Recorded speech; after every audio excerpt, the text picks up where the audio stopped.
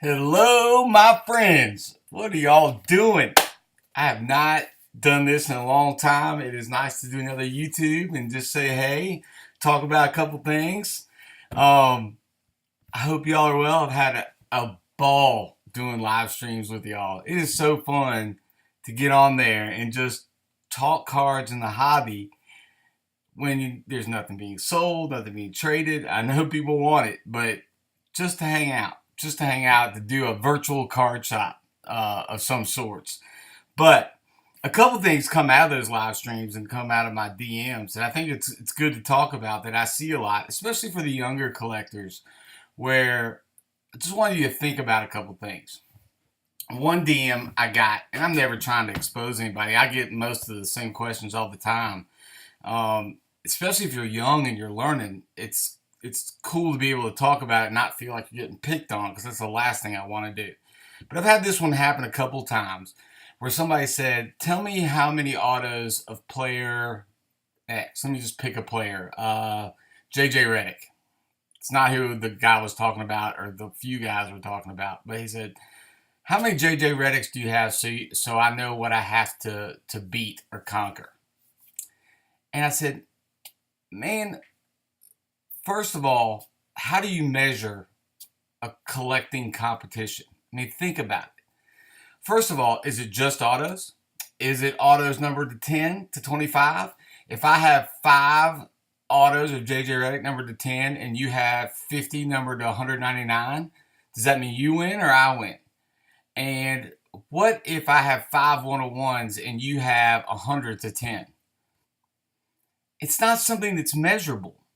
And that also completely devalues any emotion and sentiment attached to that card. And that's the one thing, the reason I started collecting was my love of history and a certain team. And I think that's really important to keep in mind. Because think about it.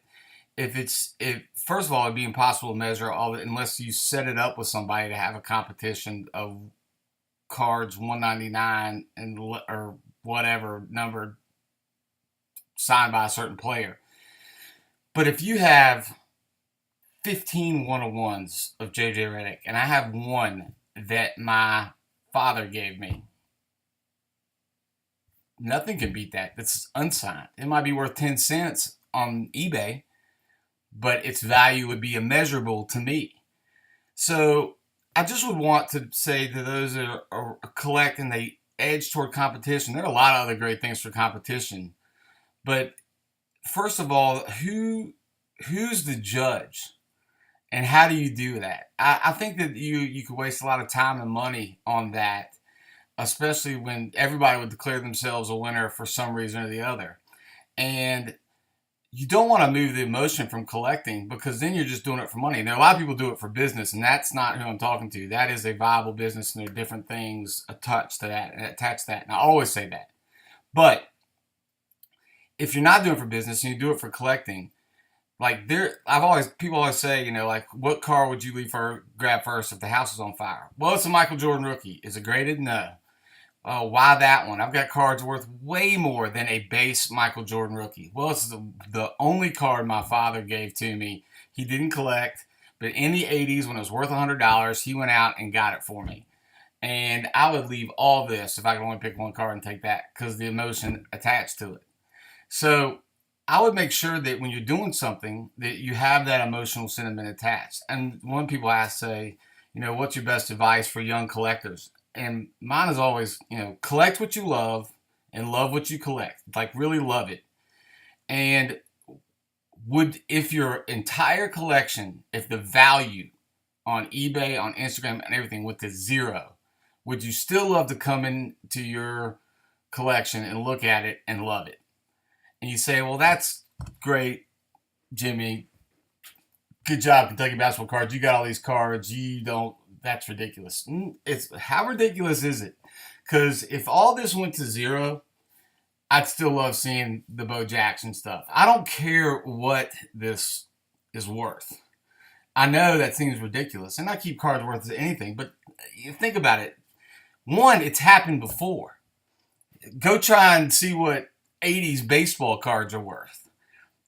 everybody's collections from those times that were based on value and resale value went to nothing. Why do you think all the car shops left? Because they couldn't maintain after the value dropped. Now they're coming back a little bit, and a lot of it's moved online, but everybody's collection went to nothing. King Griffey Juniors that were $500, now you got to have it graded and this and that and blah blah blah. But man, you can get like Mark McGuire's USA rookie card that used to be worth a lot. You can give her $20 in a bargain bin. So, but I guarantee you, when people who love Bo Jackson and love those cars from the '80s still see them, that truly love them and collected them, they love them. I've got a Cecil Fielder collection PC from the '80s. I loved Cecil Fielder. It's worth less than the book that they're in, but I love it. I don't care about the value. So I guess that's my advice. And also to try, if you want to do competition, I just don't know what it is, because everybody's value in collecting is different. And that kind of gets another thing. I get a lot of DMs, and I sometimes I think, man, I'm just going to shut these down. This is ridiculous, because I get a lot of people begging and different things. But then it's so many wonderful relationships have come out of the DMs. True friends, all the way from France and that jersey, from Ludovic family, and some in these pants from the community that gave me the Trey Lyles game worn pants. I wouldn't do that, but I wonder how much sometimes folks think about that if they're asking for something. Like I had one person ask, I've had many people ask, but recently, hey, I want to give something to my family member for their birthday. Can you give me something? Well, a gift is the best part of a gift is something where you go out and you sacrifice something, a little bit of money. I'm not saying huge sacrifice. I'm not saying take a bullet, but when you sacrifice something to give something to somebody else because you care enough to sacrifice that thing for them. And somebody, that's why people bang on regifting all the time. It's like, man, somebody gave it to you, you just turned around and gave it away. You didn't care about it, or you didn't care about it and go out and getting that person something. And I understand for the young folks, they don't have as much. But there's always, young folks have been given presents for a long time that have value. So, some of the stuff on my wall, again, it's not expensive, but it's somebody that you, a follower, have sent to me and said, this means something to me. I want to give this to you. That means something to me now, and it's up here. So, to me, it's about putting your heart and soul behind what you collect and so on. Now, that being said, I understand. You're like, well, Jimmy, you've got all this stuff. It doesn't hurt you to give it away. No, maybe not as financially as much as it used to. I started from nothing and didn't have a father who collected anything. But it's about what you can do with what you have too. Like if I was going to be a smart businessman and collect just for money, what would I do? Well, I wouldn't have a wall of just Kentucky stuff, right? What I would do is I would sell. I wouldn't break all the boxes I opened. That's a risk reward, right? I open packs because I enjoy it. And if I wanted to do it just for money, why wouldn't I just be going out and buying Jordans and LeBrons and Jordan LeBrons, Babe Ruths, Mickey Mantles, things that don't go down? And when you give stuff away, no matter how much you have, if you're greedy and you do it for the wrong reasons, or for reasons that are selfish rather, then anything you give away that's worth money can still be used to bolster your collection in some way. So it's more about me is like, if you start earlier holding on to things loosely and being able to say, you know what, if a flood takes this or fire takes this, it's going to be all right. I don't need that whole thing when people like need, want, have to have. Relax. Just Aaron Rodgers, relax. And if you can learn to part with things and say, you know what, I've got two Ben Simmons hollow, prism base. I know it's worth something right now, something like this. I know this guy really loves this. I'm going to send this to my man Joey in Louisiana, because I know this will mean something more to him. Yeah, am I losing money on it? Sure. But you know what? Sometimes I look back and I'm like, man, I could have given that a card away to this guy that loved it 5 years ago, and now it's not really worth that much. And I would have lived without it. And what I would have done by parting with that, or making even the smallest sacrifice, no matter if your collection looks like this, or if you're just starting out, I guarantee you that act and what you get back from that will dwarf what keeping the card would do. And again, I'm not saying give away your favorite cards or your PCs or things like that, but sometimes you end up with doubles. Sometimes you end up with stuff and you're like, man, that's awesome. But I just know this guy would love it. It would make his year. And you never know how it will change that person deeply to get that. I've had it happen so many times when I'm just like, I think I'm supposed to give this to somebody that's a Steelers fan. And I'll just send them stuff and they've written me back like, you had no idea the week I was having, the day I was having, the struggles I've been going through. And that just lifted me beyond anything. It's like, man, I gave away some expensive stuff, but clearly it's doing a lot more for that person than it was sitting in a box for me. And like I said, it doesn't matter how much or little you have. If you can give and train yourself to give, then that's a wonderful thing, because it gets easier and easier to give, and you start to really fall in love with the act of giving. In that same sense, you can train yourself, and I see it online all the time with the folks that talk trash and get on Instagram and yell at each other and all that. You can train yourself to be salty. There's no question. And I don't believe that you can go home, crush people online, yell and scream at people online, and then go out in your school day and face to face with people, or in your work day, and be like, yeah, I'm a good person. I treat these people well. Well, yeah, but you're just training your mind all the time to be salty in the background, and you're training yourself in such bad ways, and that repetition, that has an effect on you. I've been there.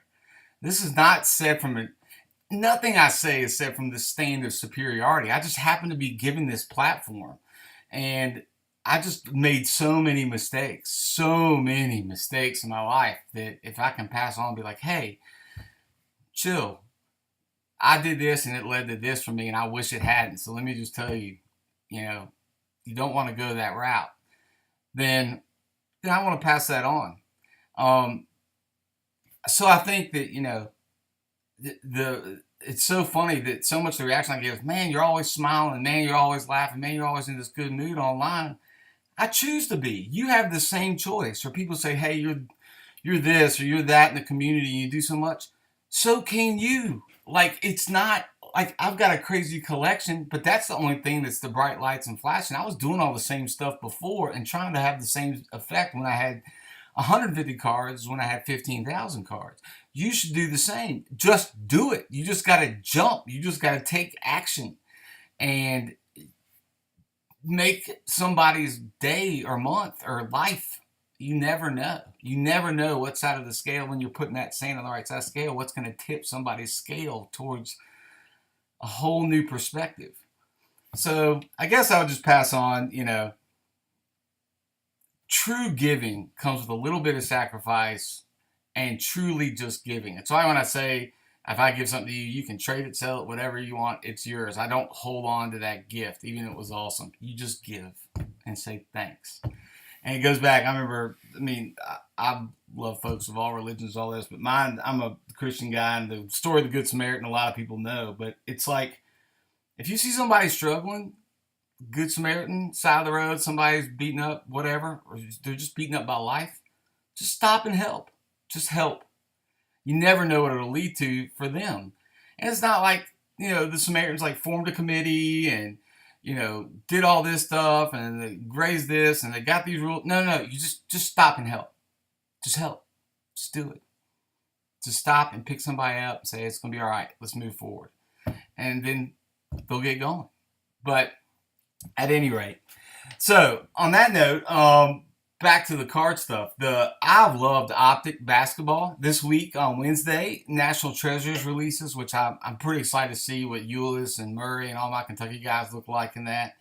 And I really liked Optic. I know that some people really have bad boxes. If you're out for autos, it is not the product for you. You should do Contenders or something like that. But if you're into the inserts and the nuances of collecting, it's a great collector set, because I've got the Euless Rainbow I've been working on. You got green, gold, white sparkle, checkerboard, pink, aqua, blue to 49, red to 99, yellow or orange to 199, prism, and base. And that doesn't include one-on-ones or some of the retail stuff. So if you like putting the sets together and sorting and organizing, that's one thing I love. And optics my kind of set for that. It feels like the old Topps Chrome for the older collectors that remember that. It's got a great feel and look to it. So yeah, do I recommend that? Yeah, I've seen so many great retail hits. Some people hit it and bomb, but again, if you're in it for autos or you know, if you're into that turn and flip, it might not be as good for you unless you know people that are into the inserts. Then you can make good money. I mean, you hit a couple Simmons, you can get your money back on blaster boxes times 2 or 3 if you hit the right one. But this is not a collection or collecting. This isn't a hobby to make money. I don't do it to make money. I think a lot of people don't do it to make money unless you're running a store like some of my guys are running a breaking business. But you got to do it. You got to have some love in it because you're going to lose money. You're going to have bad boxes. I've had bad cases. Doesn't matter. Doesn't matter what you got. You're gonna hit the slide at some point. It's like baseball. You're gonna go through a slump sooner or later. But if you love it, you can always find some piece of joy, even in the bad box, even in the bad case. You can make a good story out of it. I remember long before I met my wife, I got set up on blind dates, and I was like, oh, I don't know if I really want to go on a blind date. Yeah, that's a little scary. And finally, I realized I'm just going to go on all of them because if they're good, they're good. If they're terrible, it's a great story. It's a great story. So you just attack the opportunities you have in life with a gusto and a joy for it, and you'll be surprised how people take to that. And oddly enough, I ended up meeting my wife on a blind date. So, life's great. There's a lot to smile about. Bad boxes, bad breaks, terrible autos, dinged cards, whatever. So I don't want to waste my time in auto competitions, intense beggars, and things like that. There's a lot to do out there. I'd much rather be going on to nationals and giving stuff away and flying up to New York to take people to games or doing whatever I can do or just even answering crazy DMs when I have the chance. So I would just suggest it. Find a PC you love and collect the heck out of it. And because you love it, it will always have value. It will never go down in your heart. And that is the truth. So I just wanted to say, hey, talk about I should probably do like a monthly segment of like, what's in Jimmy's DMs? I don't know. Ryan keeps trying to get me to do a video blog, a vlog. He wants me to do one of those, but I don't know. Anyway, the last thing is this. This should be coming this week, and I'll be posting it and figuring out how to do this. But for those who remember, I had hundreds of National Treasures boxes, the wooden boxes over here in the card room. And they're 4 years worth, of different sports and different things. And I was like, man, I don't want to just throw these away. I can't ship them all out to people. So what can I do with this? So I talked to my guy who helped build these card shells and my man cave and all these crazy ideas, secret doors and all that I just have in my head that float around. And I have 100 ideas a day and 99 of them are terrible. But every once in a while you get a good one. And it's fun to jump on that and act on that. And even learning from the failure of some of the others. But I said, okay, let's build a card sorting table. So we're going to make I think he's finished with it. So I should be getting it back this week. But the legs of the table are all National Treasures wooden boxes. And the top of the table, I gave him one of the plastic sorting trays. And I said, I want this nailed in or glued down. And a holder for my drink, my Diet Mountain Dews, all that good stuff, of course. And then a stand to put my iPad up securely in so I can do live breaks and sort and have my diet do, and then enough room for a 2-row box for base cards, for the white cardboard boxes, and then the legs of the table are all National Treasures boxes, and then a place to slide pictures or cards in there under glass on the top or something like that. And anyway, so that should be done this week. But then he said, looked at me and he said, I think we got enough here to do 2 tables. And I said, let's do 2 tables. And what I want to do is I want to give one of those tables away on Instagram. Now, I don't know what they look like. I don't know how, if we'll do some random giveaway, but I want to do it for the people that already follow. I've never asked for shout outs or done giveaways to get followers. This is all organic, and that's exactly how I want to keep it. But what we want to do is, I don't want somebody who just started following to get something to win the table. I want it to be for my old tried and true awesome people. So I might pick the top 100 commenters or likes or person like that, I don't know who, and randomize it. Lord knows if it goes to somebody in like Australia or France or California, I don't know how I'm going to ship it at all. Maybe I'll hand deliver it. Depending on where they are, I'll just drive it to you and give it to you. But that should be a pretty fun thing this week. So we'll give that away. We'll have National Treasures basketball on Wednesday, and we'll just rock on. As we start preparing the Nationals, I'll start doing videos saying how I'm going to approach Nationals, things to think about when you're going to Nationals. It's in Chicago this year, Cleveland next year, then back in Chicago. Start talking about the trading room that we can have, and we had all met up and did that, which was a ball last time. And you can actually put a face to a name on Instagram and shake their hand and say, hey man, I love your collection. And that's the way next month will go. But I love seeing you online. I love the live stream edition. Thanks for always being so awesome. I mean, I talk about the folks that beg or trolls and do all that stuff sometimes on here just as advice, but the vast majority are good people. And that's what stinks about sometimes the posts on the car community. People post when they get upset, but so many people are so supportive and they give so much. They've given so much to me. I can't convince them to give to somebody else. My cup runneth over. Pick a follower that needs it and give to them.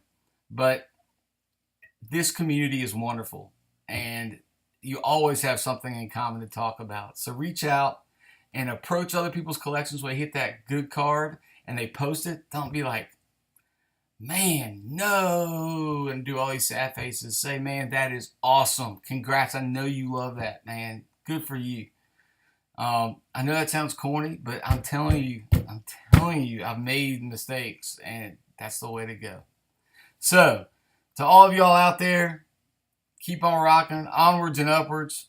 Much love to you for what you've done for me. And I will see you on IG very soon with my dude. Have a great night.